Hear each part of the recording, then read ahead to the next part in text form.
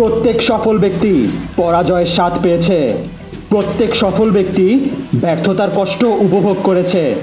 প্রত্যেক সফল ব্যক্তি বিষণ্ণ হয়ে দিন পার করেছে, হতাশায়, কষ্টে, একাকিত্বে সময় কাটিয়েছে।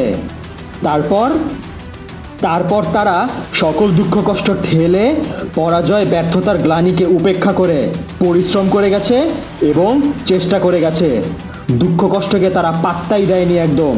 তাদের সাহস এবং মনোবলের সামনে ব্যর্থতা এবং পরাজয়ের গ্লানি টিকতেই পারেনি।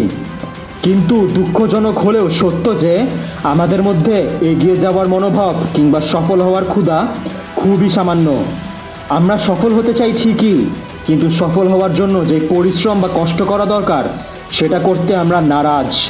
আমরা সফল হতে চাই ঠিকই, কিন্তু সফল হওয়ার জন্য হাজারবার ব্যর্থতা আমরা বিন্দুমাত্র সহ্য করতে পারি না। আমরা সফল হতে চাই ঠিকই, কিন্তু একবার ব্যর্থ হয়েই আমরা হতাশায় ডুবে যাই, পুনরায় চেষ্টা পর্যন্ত করি না। কিন্তু এটা তো মোটেও ঠিক নয় সোলজার। সকল দুঃখ কষ্ট বেদনা সরিয়ে ফেলো এবং পুনরায় পরিশ্রম করার জন্য তৈরি হও। পুনরায় চেষ্টা করো তোমার লক্ষ্য অর্জনের জন্য। হাজারবার ব্যর্থতা আসুক, থেমে যাবে না কিছুতেই, বরং তোমার সর্বস্ব দিয়ে চেষ্টা করে যাও।